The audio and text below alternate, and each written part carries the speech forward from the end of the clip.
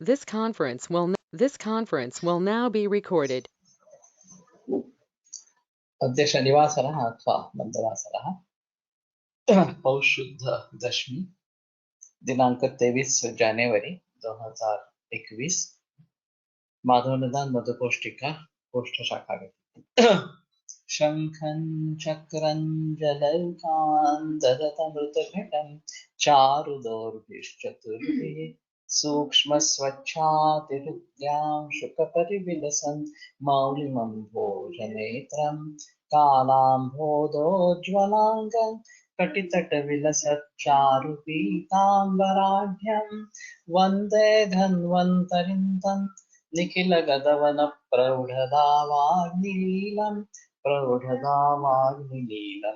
ब्रह्मणो हि समारब्धा मात्रेयाद्येषु पूजिताम् अस्मदाचार्यपर्यन्तां वन्दे गुरुपरम्पराम् आयुर्वेदरतं वन्दे माधवाख्यं महागुरुम् आयुर्वेदामृतं सर्वं शिष्येभ्यो यः प्रदत्तवान् द्रष्टाज्ञानी दृष्टकर्मा कृतकर्मा तथैव च अध्यापको विषक्श्रेष्ठो महान् संशोधकस्तथा गुणैरेतैः समुदितैः यत्कार्यं प्रतनोति सः समृद्ध्यर्थं हि कार्यस्य वयं प्रयतामहे सरस्वत्यै नमो यस्याः प्रसादात् पुण्यकर्मणे बुद्धिदर्पणसङ्क्रान्तं जगदध्यक्षमीक्षते आत्रेयं प्रथमं वन्दे आयुर्वेदजगद्गुरुम् आयुर्वेदामृतं सर्वं गृहीत्वा हि सुरेश्वरात् अग्निवेशादिकेभ्यो यत् प्रयच्छत् मुनिसत्तमः प्रथमं तन्त्रकर्तारम् अग्निवेशं नमाम्यहम्।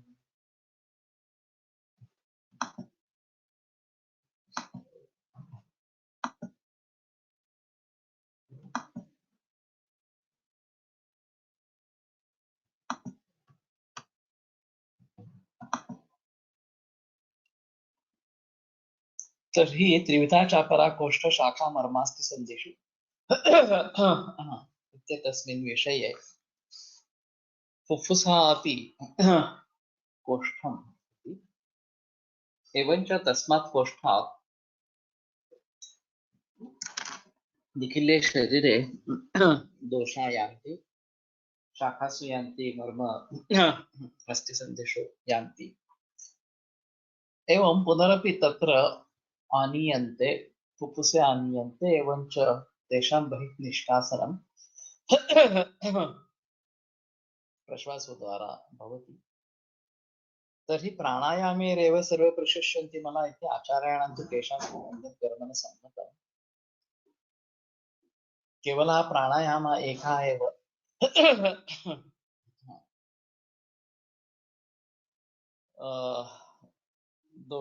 रोगाणां विनिग्रहे समर्थः।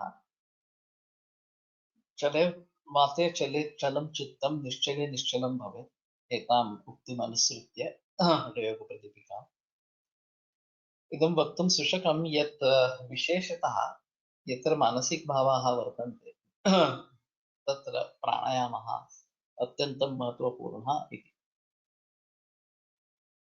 तो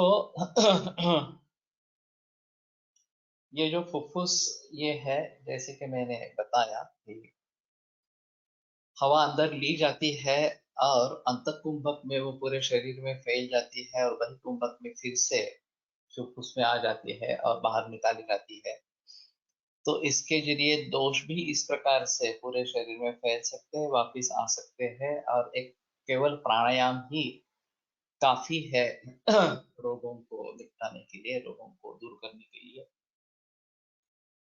लेकिन इसमें यम नियम से आरंभ होना बहुत जरूरी इस प्रकार का रहेगा। तो त्रिविधा चापरा कोष्ठ शाखा मर्मास्ति संधिषु ये जो तीसरी गति बताई गई दोषों की वो काफी महत्वपूर्ण है और खास करके ये जो सूत्र स्थानान्यामाग्नि पक्वानां मूत्रस्य रुधिरस्य च दुर्लुकपुप्पुसश्च कोष्ठ इत्यादि विधीयते ये काफी इसमें महत्वपूर्ण है। केवल महास्रोतस कोष्ठ मानकर वहीं से शाखा मर्मास्ति संधि में दोष जाते रहते हैं और वहां से फिर वापस आते रहते हैं, ये मानना अधूरा होगा। हाँ। और वाग्भट ने भी इसी बात को दोहराया है। वो सिर्फ चक्रपाणि दत्त ने सुश्रुत का वचन यहाँ उद्धृत किया है, उसके आगे उसकी बहस नहीं की गई है, लेकिन फिर भी सुश्रुत का सूत्र वहां पे उद्धृत करके उन्होंने ये बताने की कोशिश की है कि बाकी भी तरीके से दोष कोष्ठ से शाखाओं में वगैरह जा सकते हैं और वापिस आ सकते हैं। हाँ, अहिंसा सत्यास्तेय वगैरह यम, फिर आगे आएंगे ना पतंजलि योग सूत्र में।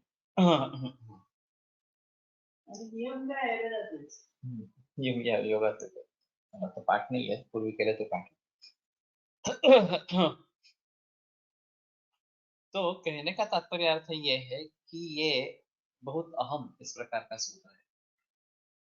वास्तव में ऐसा होना है कि हमारे अभी सिलेबस जो है वो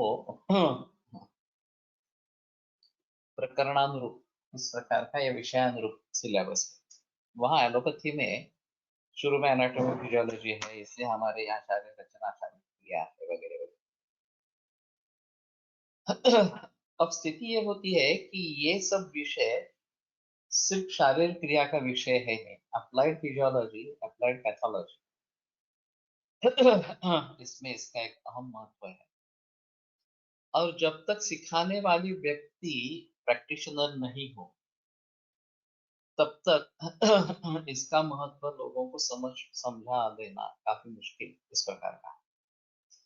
कोलटकर सर का एक कहना था कि सभी अध्यापकों को सभी विषय पढ़ाने में रुचि होनी चाहिए, क्षमता होनी चाहिए।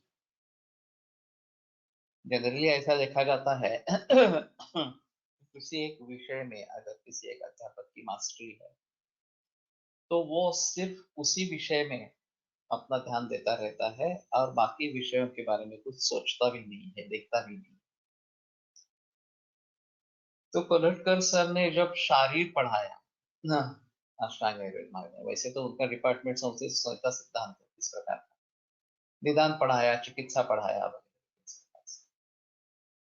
तो उनका कहना था कि जब शारीर पढ़ा रहे थे तो उनको काफी अप्लाइड एस्पेक्ट दिखाई दिए उसमें, जो चिकित्सा के रूप में प्रयोग में लाए जा सकते हैं, और उन्होंने किया भी, उसका प्रयोग भी किया इस प्रकार से।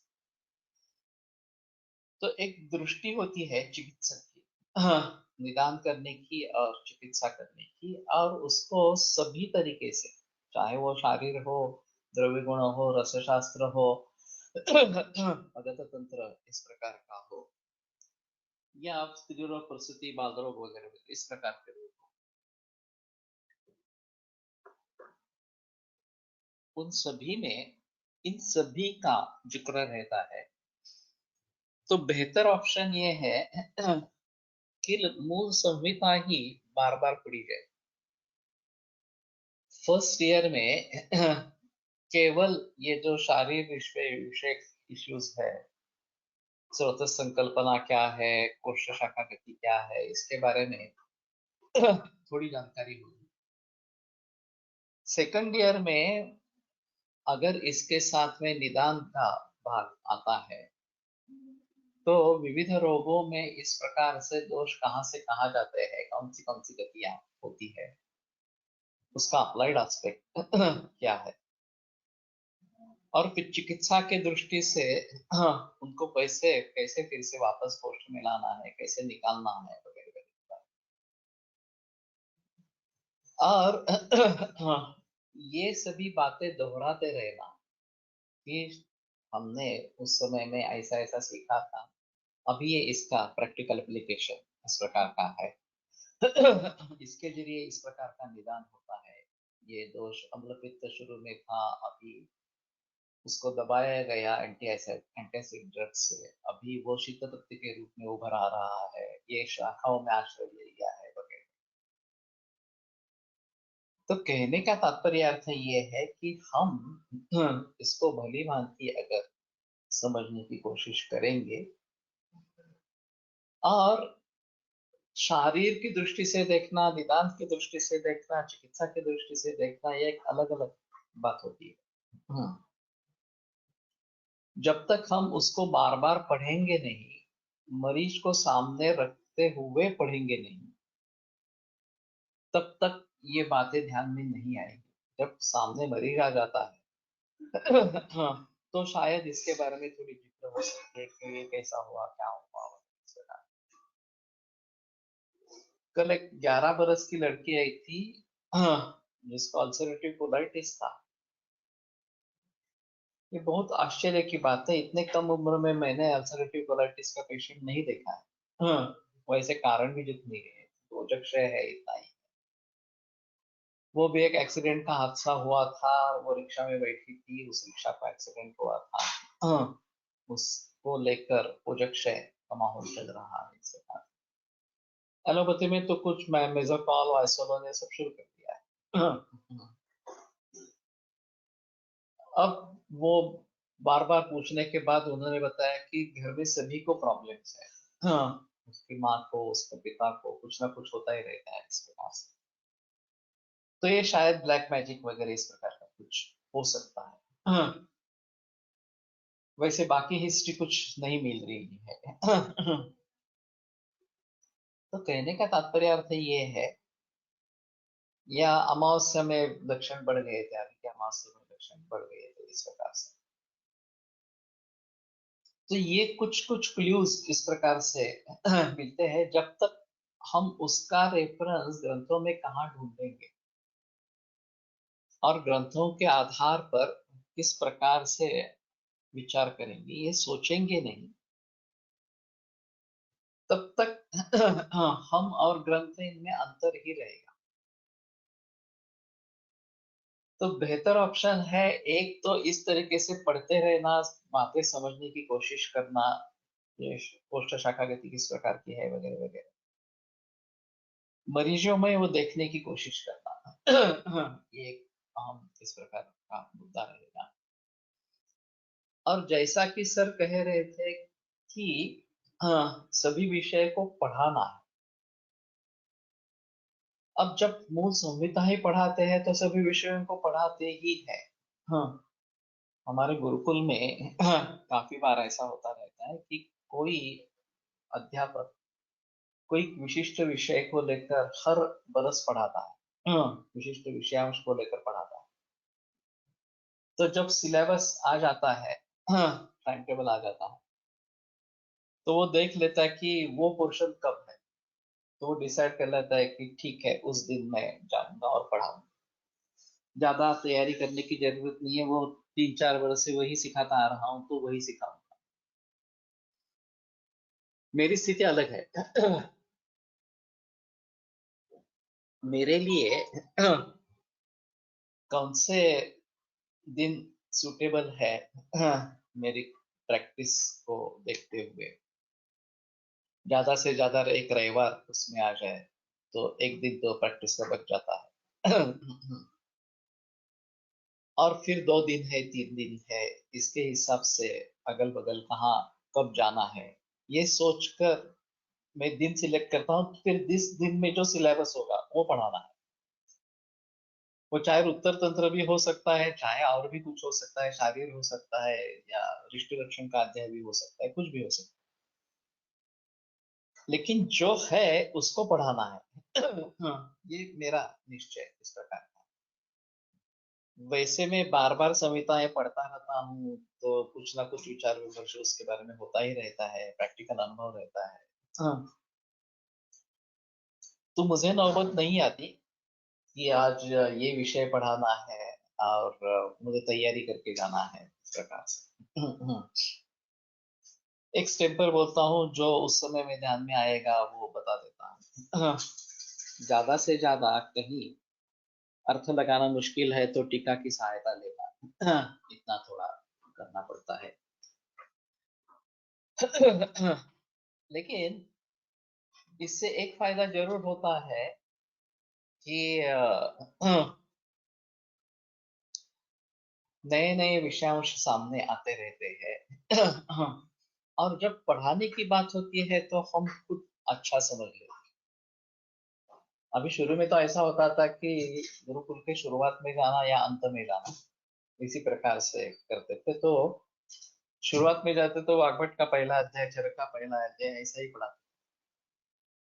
तो फिर मुझे सुझाव दिया गया कि आप उस समय में आइए, लेकिन अलग भी दिन तय कीजिए, कि जब केवल केवल पढ़ाने के लिए इस प्रकार के आएंगे। तो फिर मैंने भी मान लिया, और शुरू में अंत में तो जाना ही है, बीच में कहीं जाना है, अगर यही एडजस्ट होता है तो ठीक है, लेकिन बीच में भी कहीं जाना है इस प्रकार से। तो मूल संहिताएं ही पढ़ते हैं तो सभी विषय हम सिखा पाएंगे। तो सभी के ये निश्चय कर लेना है कि मेरे लिए कौन से दिन सुटेबल है, अच्छे हैं, और फिर उस विषय विषय दिन में जो विषयांश होगा वो मुझे पढ़ाना है इस प्रकार से। तो इस प्रकार का अगर हो जाता है तो नए नए विषय पढ़ाने की आदत पड़ जाएगी। हाँ, नहीं तो हम सिर्फ लोग बोलते हैं कि क्लासेस में जो टीचर्स सिखाते हैं वो उनका स्टीरियोटाइप लेक्चर होता है। उसमें शंका नहीं है कि ये इम्प्रेसिव होता है या उपयुक्त होता है, लेकिन ठीक उसी समय पे वही जो ठीक उसी समय वही वाक्य ये आते रहते हैं, ये स्टीरियोटाइप इस प्रकार का हो जाता है, तो उसमें मजा नहीं है। उसमें छात्र बदलते रहते हैं तो एक अलग चीज इस प्रकार की है, लेकिन सिखाने वाले के लिए ये स्टीरियोटाइप इस प्रकार का हो जाता है। और यहाँ परिस्थिति ऐसी है कि जब भी मैं भी पढ़ता हूँ तो मेरे लिए भी अलग होता है।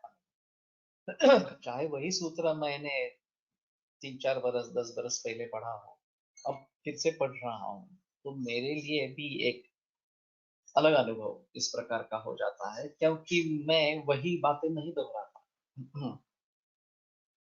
मैं अलग अलग नए नए नई नई बातें उसमें लाता रहता हूँ, बीच बीच में जो हुआ है उसको आगे लेकर चलता हूँ।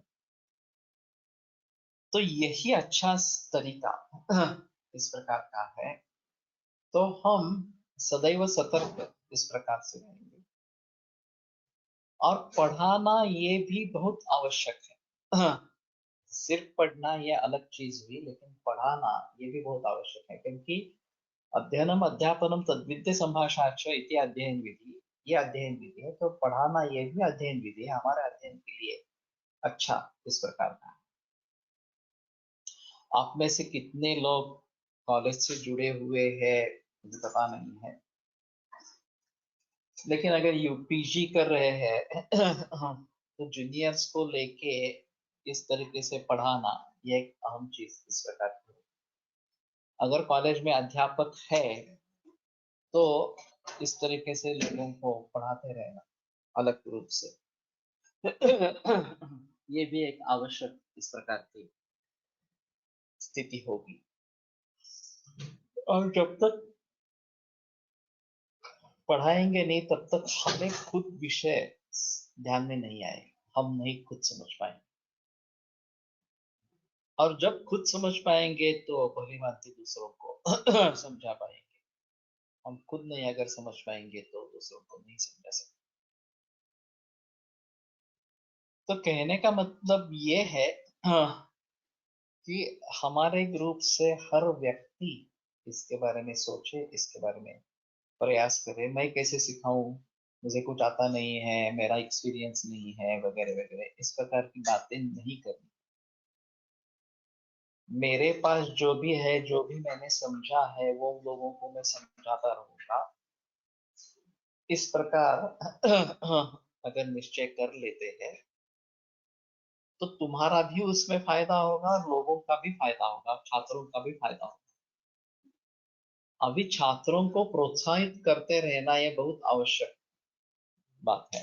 हाँ, आयुर्वेद करने के लिए प्रोत्साहित करते रहना, और वहां अगर अनुभव नहीं मिल रहा तो पुणे में आए, दूसरे किसी जगह जाए और अनुभव लेने की कोशिश करे, ये सबसे अहम इस प्रकार का मुद्दा है। तो मैं मानता हूं कि ये सूत्र मैंने काफी बार पढ़ाया, गुरुकुल में भी पढ़ाया है, अलग लेक्चर्स भी इसके लिए लिए है। फिर भी इस बार जो मैंने इसको पढ़ाया वो अलग ही था, उसमें काफी ज्यादा मुद्दे भी जुड़ गए थे। हाँ, और फिर से आगे पढ़ाऊंगा तो मुझे मालूम नहीं मैं क्या बोलूंगा इस प्रकार से। लेकिन ये बहुत महत्वपूर्ण सूत्र है। वैसे कोई भी सूत्र महत्वपूर्ण हो सकता है। वो उसको एक्सप्लेन किस तरीके से करते हैं उसके आधार पर बहुत छोटा सूत्र भी बहुत बड़ा इम्पैक्ट कर जाता है। हाँ, और नहीं तो वाइस वर्सा बहुत अच्छा सूत्र भी बिल्कुल बेकार इस प्रकार का चला जाता है। मुझे बार बार ये संदेह होता है कि कॉलेज में हमने क्या पढ़ा, या बीएमएस करते वक्त, एमडी करते वक्त हमने आयुर्वेद क्या सीखा। जब अभी ये मूल संहिताओं को पढ़ रहे हैं, और पुलत्तर के जमाने में संहिताओं को पढ़ाना ये इंडिविजुअल था, और सर थोड़ा मार्गदर्शन करते थे कि ये टीका इस प्रकार से पढ़ रहे हैं।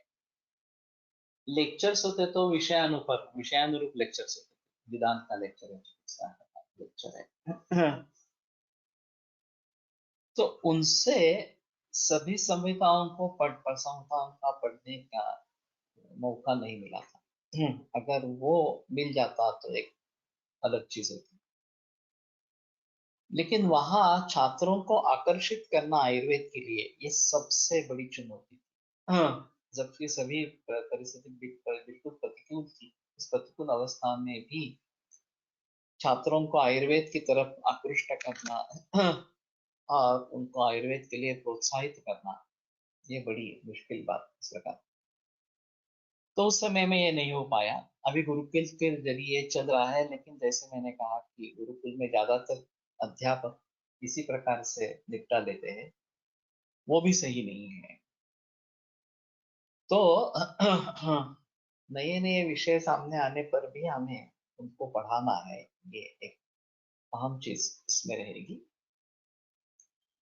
और चिकित्सा की दृष्टि से सभी जगह देखते रहना, हर वैद्य को वो चिकित्सक होना जरूरी है। जब वो चिकित्सक होगा वो ही ये इसमें से अर्थ निकाल पाएगा, इसमें से कुछ अलग बातें समझ लेगा और उसको प्रैक्टिकली इम्प्लीमेंट करेगा, उसको प्रैक्टिस में लाएगा। तो फिर उसका भी भला होगा, मरीज का भी भला होता भला भला होगा, और छात्रों का भी भला होगा इस प्रकार से। तो ये सबसे अहम चीज है कि हम प्रैक्टिस करते रहे, किसी प्रैक्टिशनर्स के पास जाए, और जितना अनुभव इकट्ठा कर सकते हैं उतना अनुभव इकट्ठा करते रहे। ये बार बार नहीं होता है, एक बार प्रैक्टिस में जुड़ गए तो फिर अनुभव इकट्ठा करने की बात नहीं हो सकती। अपना खुद जो अनुभव होगा वही होगा, दूसरे के साथ जाकर अनुभव इकट्ठा करना ये बात नहीं होगी। तो अगर भली भांति हम इसको समझते हैं और संस्कृत के अध्ययन को बढ़ाते रहना, जैसे सूत्र पढ़ेंगे वैसे हमारे ध्यान में उसका अर्थ आने लगना सच्चे ढंग से, ये बहुत आवश्यक इस प्रकार की चीज है। और ये डायरेक्ट मेथड है। जहां हम अटक जाते हैं वहां पे टीकाओं की सहायता लेना या कोश की सहायता लेना, और यही सिलसिला आगे बढ़ाते रहना, ये एक महत्वपूर्ण चीज इसमें रही। तो ये त्रिविधा चापरा कोष्ठा शाखा मर्मास्ति संधिषु, इस सूत्र ने काफी कुछ सिखाया है, और काफी कुछ प्रैक्टिकल में लाने के लिए मजबूर किया है इस सूत्र ने। तो इस सूत्र को काफी धन्यवाद देने चाहिए। और वैसे इसके बारे में ज्यादा बहस होनी चाहिए। अभी जो किताब है शारीरिक क्रिया विज्ञान के लिए अच्छी है, संगम वर्तक की किताब अच्छी है, लेकिन उसमें प्रैक्टिकल अप्रोच कुछ भी नहीं है। भावी साथी की किताब भी अच्छी है, वो थोड़ी प्रैक्टिकल है। अभी आगे वाले लोगों की किताबों के बारे में कहना मुश्किल इस प्रकार का है। तो जो आयुर्वेदिक प्रैक्टिशनर होगा वही इसके बारे में अच्छा लिख सकेगा। ये एक अहम चीज इसमें समझनी है। हाँ, अत्र स्थानमिति समत्वं तत्र क्षयादिलक्षणं यथा दोषा प्रवृत्ता स्वं लिंगं दर्शयन्ति यथा बलं क्षीणा जहति लिंगं स्वं लिंगं समा स्वं कर्म कुर्वन्ति। हाँ, तो प्रवृत्त दोष वो अपने बल के अनुसार अपने अपने लक्षणों को दिखाते रहते हैं। क्षीण दोष जो है वो अपने लक्षण छोड़ देते हैं और सम जो है वो अपना कर्म करते रहते हैं। तो क्षय स्थान और वृद्धि ये जो दोष गति बताई वो अपने अपने लक्षण दिखाते रहेंगे। और फिर ये ध्यान में लेना बहुत जरूरी है कि क्षय अवस्था है, वृद्धि अवस्था है या सम अवस्था, स्थान अवस्था इस प्रकार की है। और इसी के आधार पर क्षीणा जहति लिंगम स्वम, क्षीण दोष अपने लक्षणों को छोड़ देते हैं। मामा गोखले का यह कहना था कि अगर उनको अपने लक्षण दिखाने की भी शक्ति नहीं है तो रोग का क्या निर्माण करें। लेकिन जैसे मैंने कहा था मैं सेकंड ईयर में था तो उसमें एक सवाल पूछा गया था कि दो क्षय से रोग निर्माण होते हैं या नहीं है, चर्चा करो इस प्रकार से। अभी योगो जोशी सर मामा गोखले के शिष्य छात्र रहे हैं और वो भी एग्जामिनर हो सकते थे। तो मुझे बड़ी उलझन हो गई कि क्या लिखूं मैं। कोलटकर संप्रदाय सब कहता है कि नहीं, दोष क्षीण दोष से भी रोग होते हैं इस प्रकार के। बागेड़कर, मणिमाता शास्त्री, कोलटकर ये सभी एक पक्ष में और मामा गोखले एक पक्ष में। तो मैंने शुरुआत मामा गोखले के पक्ष से की। ये अपना खुद सामर्थ्य नहीं है लक्षण दिखाने का तो रोग का निर्माण करेगा, ऐसा एक पक्ष है। लेकिन दूसरा भी पक्ष ऐसा है कि पंचविंशतिमित्येवं वृद्धे क्षीणैस्तावता, दोष बढ़ने से 25 प्रकार की अवस्थाएं निर्माण होती है और उतनी ही क्षीण दोष से होती है। किंबहुना संसर्ग संधिपातश्च तद्विति क्षय को पता, उसमें क्षय का भी निर्देश। संसर्ग और संधिपात ये केवल वृद्ध दोषण से नहीं होते, क्षीण दोषण से भी होते हैं। इस सूत्र को लेकर गुरुते ही रुचिन दोषा विपरीत समानाय वृद्धा क्षीणाश्च भूयिष्ठम लक्ष्येन तपदास्तु न वगैरह। तो क्षीण दोष अगर अपना लक्षण त्याग देते हैं, मलमूत्र विसर्जन अगर आपान वायु से नहीं होता है तो उनका संचय हो जाएगा, उनका अवरोध इस प्रकार का हो जाएगा और फिर उसके जरिए विकार बनेंगे।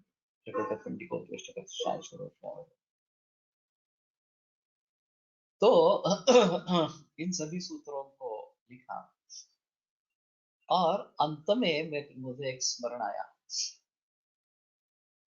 और मैंने उससे हाँ उस उत्तर को समाप्त किया कि दोष क्षय से व्याधि होते हैं या नहीं होते हैं, इसके लिए ये दो सूत्र काफी महत्वपूर्ण है। एक पित्ते मंदो नला, ये सूत्र स्थान 11वें अध्याय सूत्र में सूत्र है।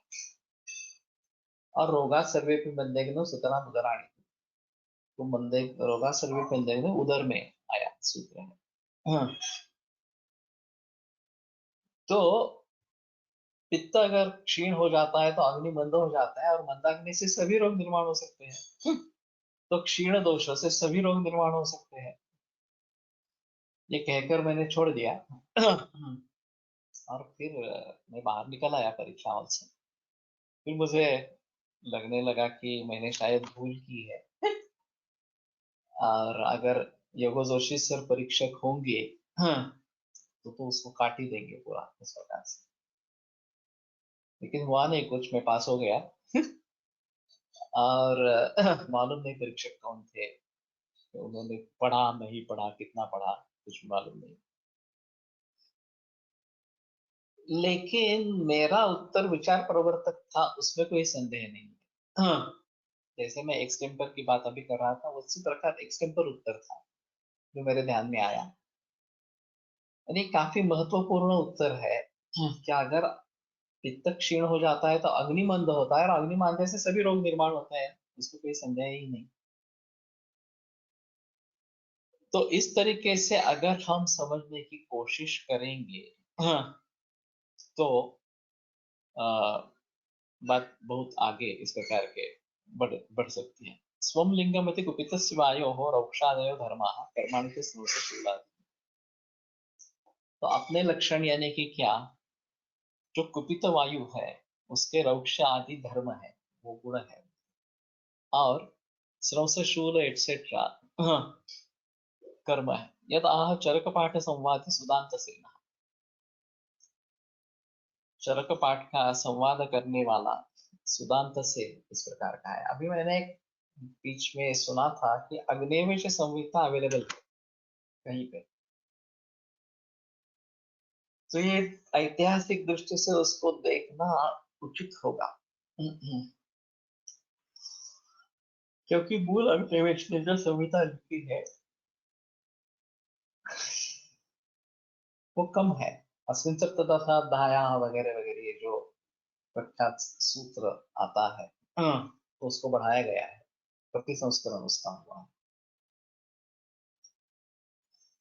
तो ये देखना इस प्रकार का उचित होगा कि चरक पाठ संवादी ये जो बोलते हैं, तो शायद वो उसको दूसरे किसी तरीके से अग्निवेश संहिता या कुछ उपलब्धि इस प्रकार की रहे। आत्मान स्तंभ रोक्ष स्फुटन विभथन क्षोभकंप प्रतोदाह कंठध्वंसावसादो ब्रह्म श्रमक विलपनम स्रंसशूल प्रभेदाः पारुष्यं कर्णनादो विषम परिणति भ्रष्ट दृष्टि भ्रंश दृष्टि प्रमोह विस्पंदोद्घट्टनानि स्क्लपनमशयनं ताडनं पीडनं च।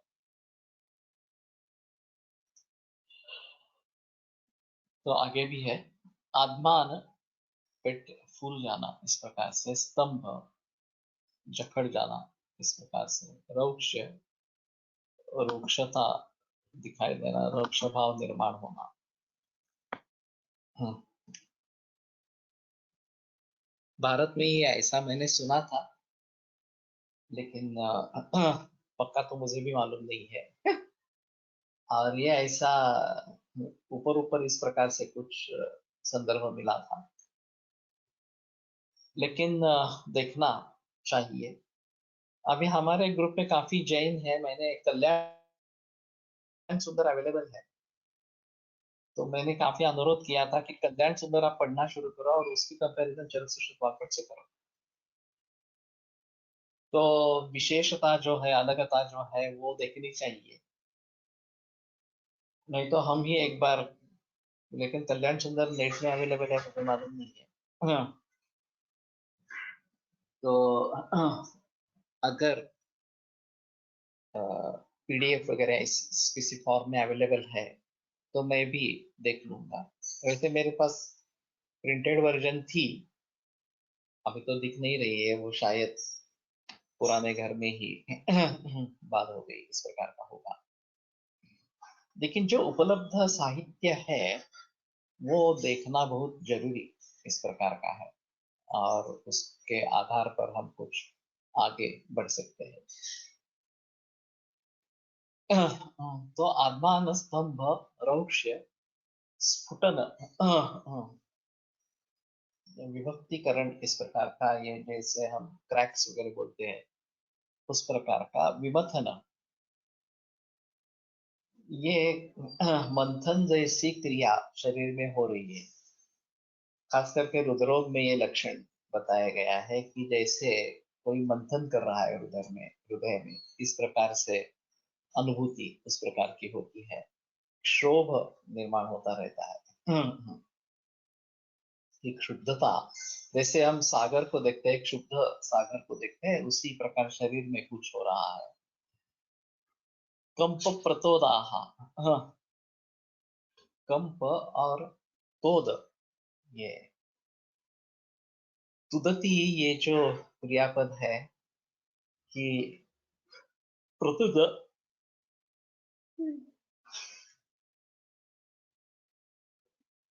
उनकी नोक जो होती है वो तीक्ष्ण धारदार होती है, और उससे टोक कर खाना खाते हैं इस प्रकार से। तो उस प्रकार की एक टोकदार जिसको कहेंगे अनुभूति होना, ये प्रतोद इस प्रकार का है। कंठध्वंस अवसाद, तो ध्वंस या कहने की नाश होना इस प्रकार का। तो मानो कि कंठ का नाश हो गया, या अवसाद उसका हो गया, आवाज कुछ भी निकल नहीं रहा है इस प्रकार से। श्रमक विलपनम, श्रम होना वो किसी अवयव में हो सकता है, पूरे शरीर का भी श्रम इस प्रकार का होता है कि कुछ भी करने के लिए शक्ति नहीं है, श्रांत है, पूरा शरीर शांत है इस प्रकार से। विलपनम, रोना। मैंने एक औरत देखी थी, और जब भी क्लिनिक में आती, काफी बूढ़ी थी वैसे, तकलीफ खूब ज्यादा थी ऐसा मुझे नहीं लगता था, लेकिन जब आएगी तो आक्रोश करना शुरू कर देगी। ये नहीं हो रहा, इस प्रकार से। जब तक वो क्लिनिक में है ये सिलसिला चलता रहता। अब मालूम नहीं घर पे भी ऐसा ही करती थी क्या इस प्रकार। खवखव कंठ ध्वंस, हाँ मुश्किल है। हाँ, ध्वंस शब्द से क्या लेना। अवसाद कंठ कर्म की मानसिक कशासाठी।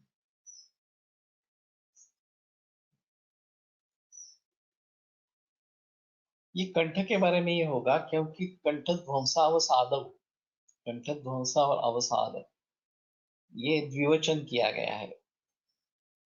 तो द्विवचन का मतलब है ध्वंसा और अवसाद साथ में होने हैं, ये एक चीज।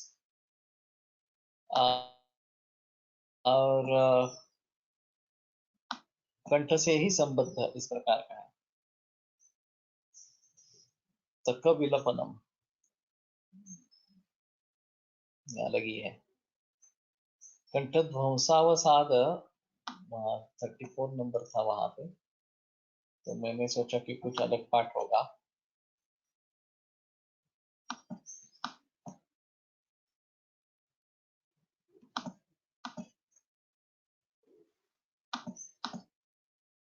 कंठ ध्वंसावसादो श्रमक विलपनम, ये श्रमक बल के बारे में तमक विलपनम ये पाठ है। तो कंठ ध्वंसावसादो, इसमें कोई संदेह नहीं है। तो अगर इस प्रकार का द्विवचन का प्रयोग है तो कंठ से संबद्ध ही होगा, शरीर से संबद्ध इस प्रकार का नहीं होगा। कोश बनाते समय इन सभी बातों को ध्यान में रखना बहुत जरूरी। जहां दोनों तरीके से अर्थ हो सकता है, उस वहां पे क्या अर्थ ले। गात्र और शरीर, ये दोनों, गात्र शब्द शरीर के पर्याय में भी आता है और गात्र शब्द अवयव के पर्याय में भी आता है। तो गात्रावसाद या अवयव का साध भी हो सकता है, शरीर का भी साध हो सकता है।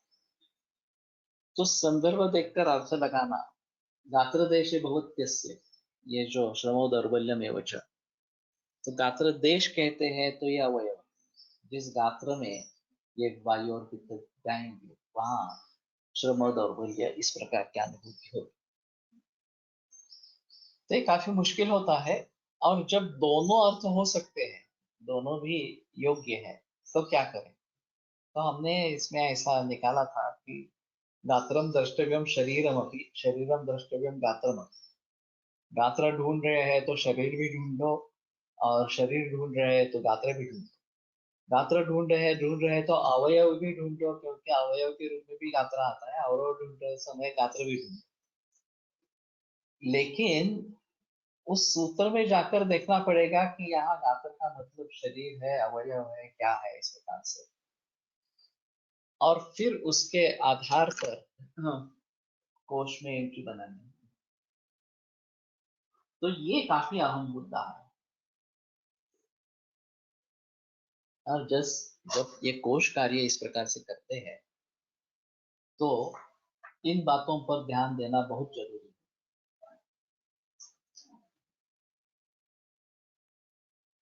तो ये कोलटकर सर का मूल उद्देश्य इस प्रकार का था। सर संस्कृत के अच्छे जानकार थे, लेकिन सर तो इतना समय नहीं देने वाले थे। तो उन्होंने पहले से ही सोच लिया था कि मुझे इसमें लगाया जाए।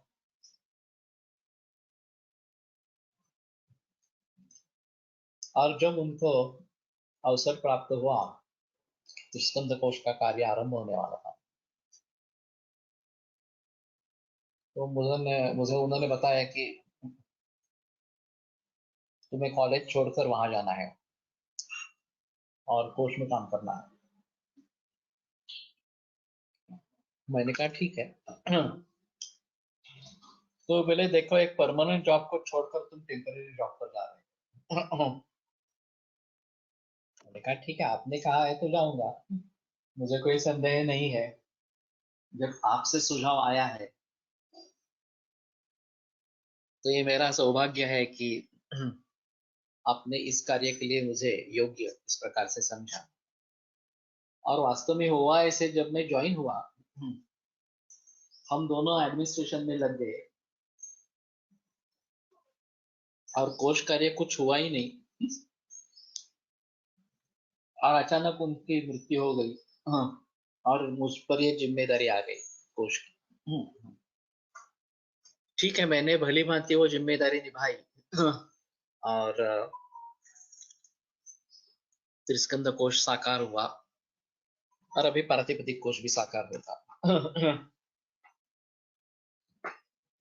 लेकिन इसमें ये चीजें देखना बहुत जरूरी है कि मूल रूप से अर्थ क्या होगा, और उसके लिए संस्कृत का ज्ञान होना बहुत जरूरी है।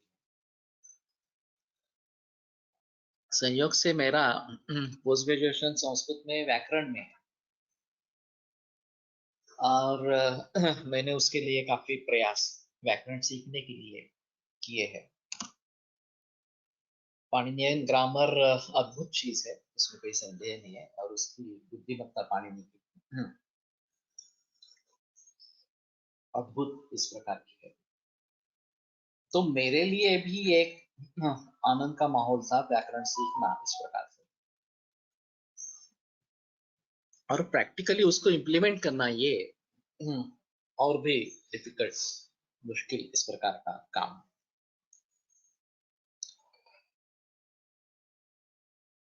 तो श्रमक विलपनम श्रमस शूल प्रभेदा, श्रमस शूल और प्रभेद इस प्रकार से। योनिश्रंस, हनुश्रंस, ये प्रचलन में इस प्रकार के है। तो जहां कहाँ इस प्रकार का है, अभी एलोपैथी में जो डिसीजेस है, एक काम मुझे करना है, वो बहुत बड़ा काम है एक्चुअली। आईसीडी यानी कि इंटरनेशनल क्लासिफिकेशन ऑफ डिसीजेस, ये अभी अवेलेबल है। तो जितने भी विकार व्यक्ततम इस प्रकार के हैं, उनको एक इंटरनेशनल क्लासिफिकेशन दिया गया है। अब सभी के बारे में जानकारी ज्यादा है ऐसा नहीं है, उसमें वर्गीकरण भी होता है कि एक ऑटो इम्यून डिसऑर्डर्स, ये एक बड़ा क्लासिफिकेशन हो गया। फिर उसमें ऐसे लिए है या सोरियासिस है वगैरह वगैरह, इस प्रकार से ऑटो इम्यून डिसऑर्डर्स की बात चलती रही। तो उस क्लासिफिकेशन को लेकर खास करके जो विकार ज्यादा पैमाने पर उपलब्ध है, जो बहुत ही रेयर डिसीजेस है, कभी हमारे पूरे लाइफ में एक आध केस आएगी नहीं आएगी ये भी पता नहीं है, उनके बारे में ज्यादा जिक्र करने की जरूरी नहीं। लेकिन जो आम तौर पे चलते रहते हैं, और बहुत सारे मरीज हैं जिनके बारे में, और सीधा आयुर्वेदिक ग्रंथों में उसके बारे में डायरेक्ट रेफरेंसेस नहीं है या निदान पंचक बताया नहीं गया है। तो उनके बारे में हम कैसे सोचे, ये देखना जरूरी है। इसमें श्रवण वगैरह वगैरह इस प्रकार के लक्षण जो है वो महत्वपूर्ण रहेंगे, कि अगर इस प्रकार के लक्षण है तो ये वात जो है ये कम से कम हम सोच सकते हैं। फिर उसके कारण क्या होंगे वो ढूंढेंगे, वायु धातु क्षय उपमार्ग सावरणेन वा।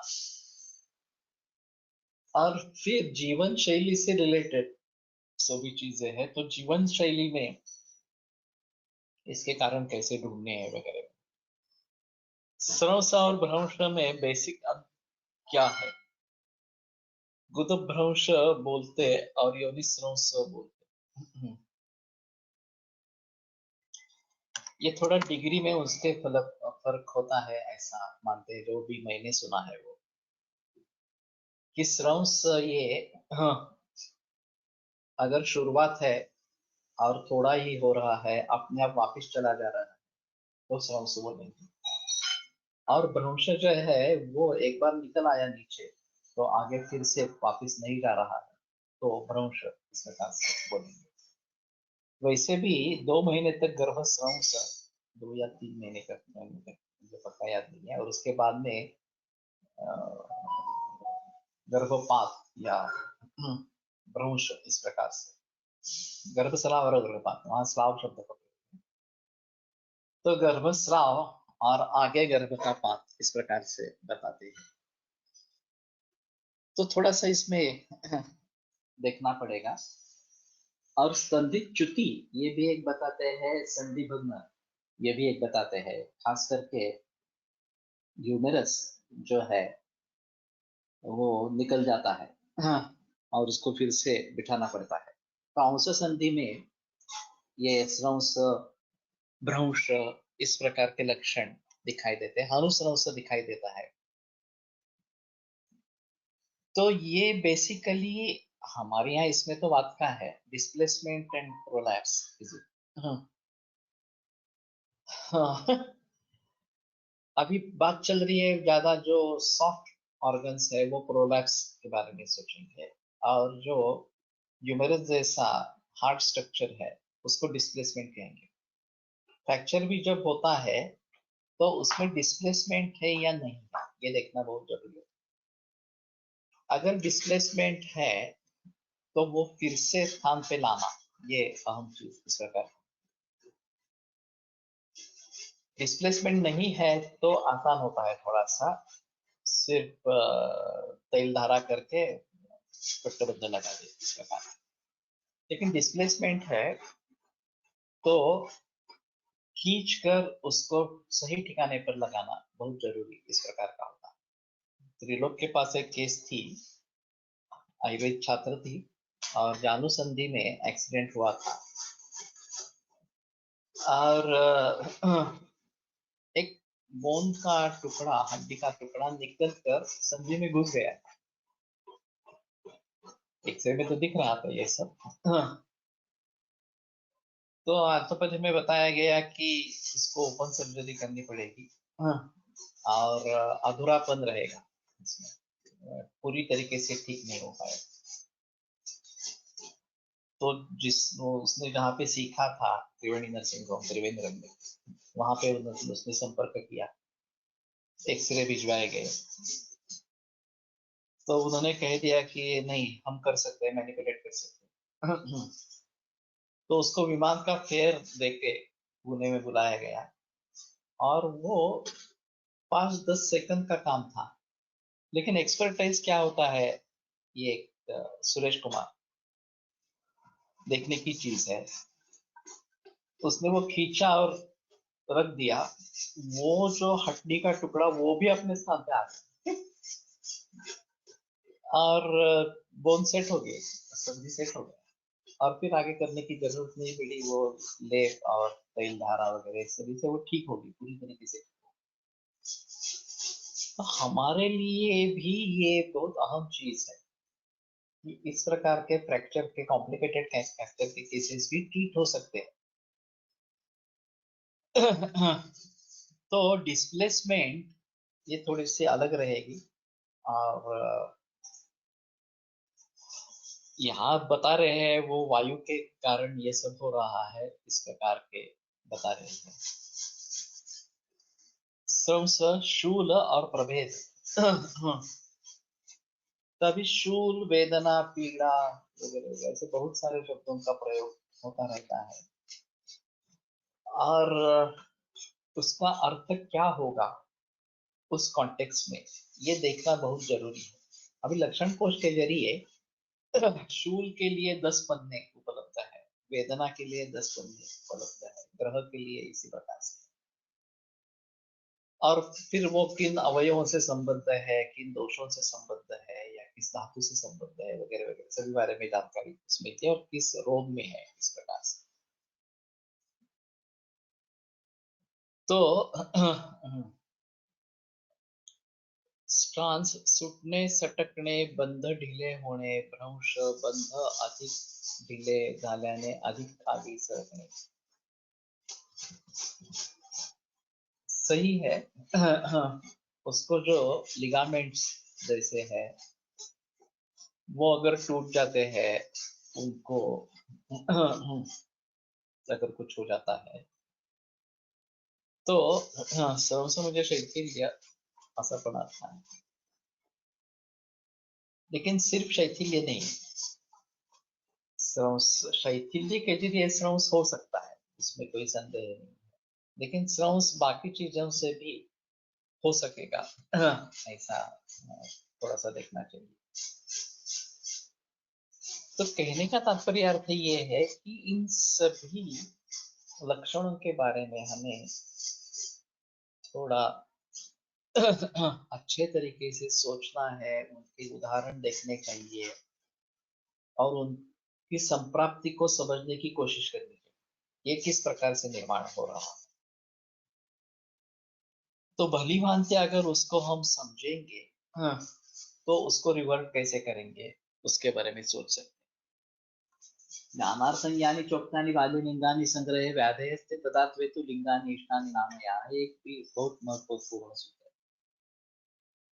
कि ज्ञान के लिए जो संग्रह में लक्षण बताए गए हैं व्याधि के, तदात्वेतु वो अगर व्याधि का प्रतिपादन करने वाले हैं तो वो लक्षण है, और उसमें वो व्याधि नहीं है, नहीं तो व्याधि ही है।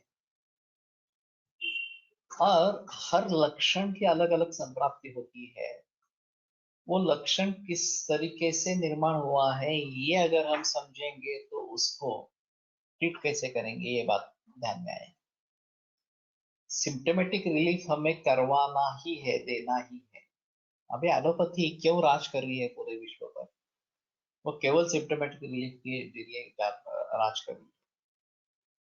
शूल हो, वेदना हो, पीड़ा हो, ग्रह हो, जो भी हो, एक एनालिसिस दे दी, काम हो गया। वो जो अनुभूति इस प्रकार की थी वो चली गई। तो हम तो इस प्रकार से नहीं कर सकते, हमें उसमें अंतर क्या है ये देखना चाहिए।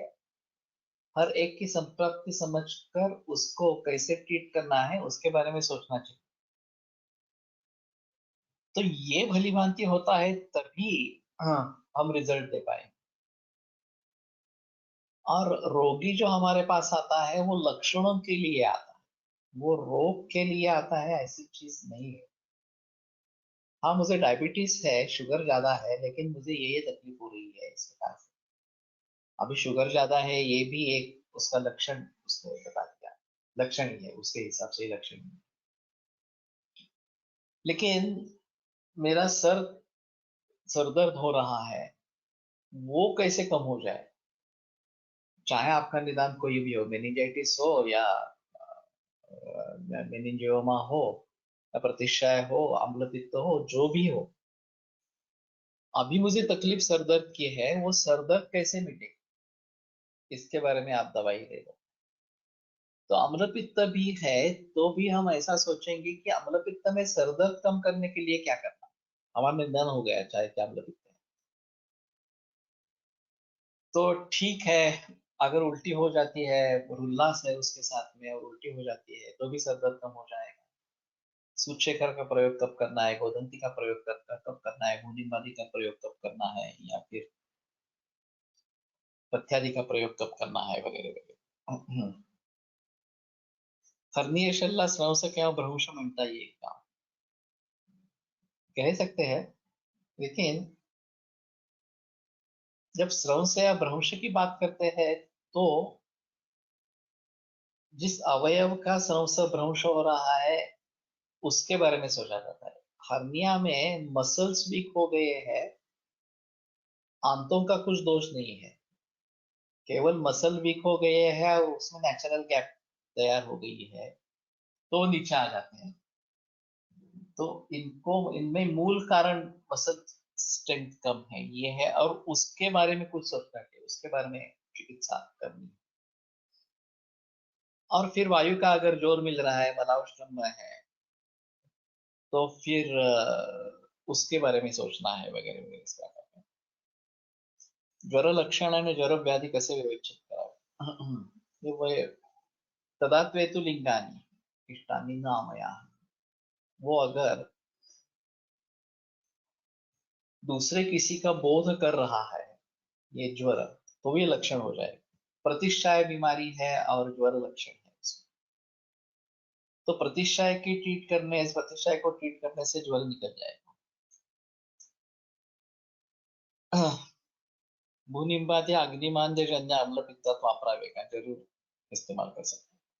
वैसे तिक्त रसात्मक है और साम पित्त के लिए अच्छी दवा है भूनिंबादी, लेकिन काढ़ा इस्तेमाल करने से बेहतर है चूर्ण इस्तेमाल करना. तो लक्षण और व्याधि में व्यवच्छेद करना ये बहुत जरूरी इस प्रकार का रहेगा. हाँ, और वो किस तरीके से कर सकेंगे तो हमारा अभी डायग्नोस्टिक सॉफ्टवेयर का काम चल रहा है, वैसे हमने स्कंद कोश में भी किया था. तो ज्वर भी ज्वर का एक लक्षण है. संताप, एक्चुअली ज्वर नहीं बताया गया, लेकिन संताप इस प्रकार का लक्षण बताया गया है. ज्वरेण विषता भूतम न नहीं किंचिन न तप्यते. तो वो भी एक लक्षण है. और ज्वर काफी रोगों में लक्षण है. लक्षण को देखेंगे तो ज्वर लक्षण किन किन रोगों में है ये सामने आ जाएगा. तो योनिसंवसात बंध शैथिल्य हेच कारण आहे, गर्भाशय या अवयवा दोष नसतो. तो देखना चाहिए कि दोष किस चीज का है और क्यों हुआ है. ये सबसे अहम इस प्रकार का मुद्दा रहेगा. ये बेरिंग कैपेसिटी वहां के स्नायु की रहती है. और जब गर्भ निष्क्रमण हो जाता है, जब गर्भ को वहां पे धारण करना है तो काफी बल उसको लगता है, काफी बलपूर्वक काम करता है.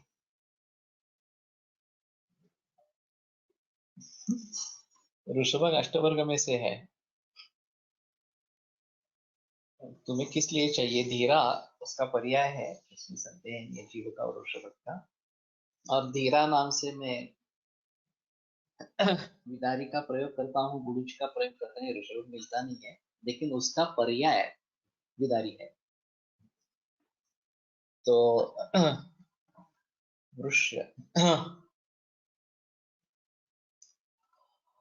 अधीरत्व जिन लोगों में होता है, ये हरिड इजैकुलेशन, उनमें धीरा गुरुची, धीरा विदारी अच्छी काम करती है. कोलेट प्रेशर का अनुभव था, मैंने भी काफी प्रयोग किया है, लेकिन वो अधीर शब्द से किया. ठीक है, अब यहीं पे रुकते हैं और सोमवार को फिर चरक का सिलसिला आगे बढ़ाएंगे.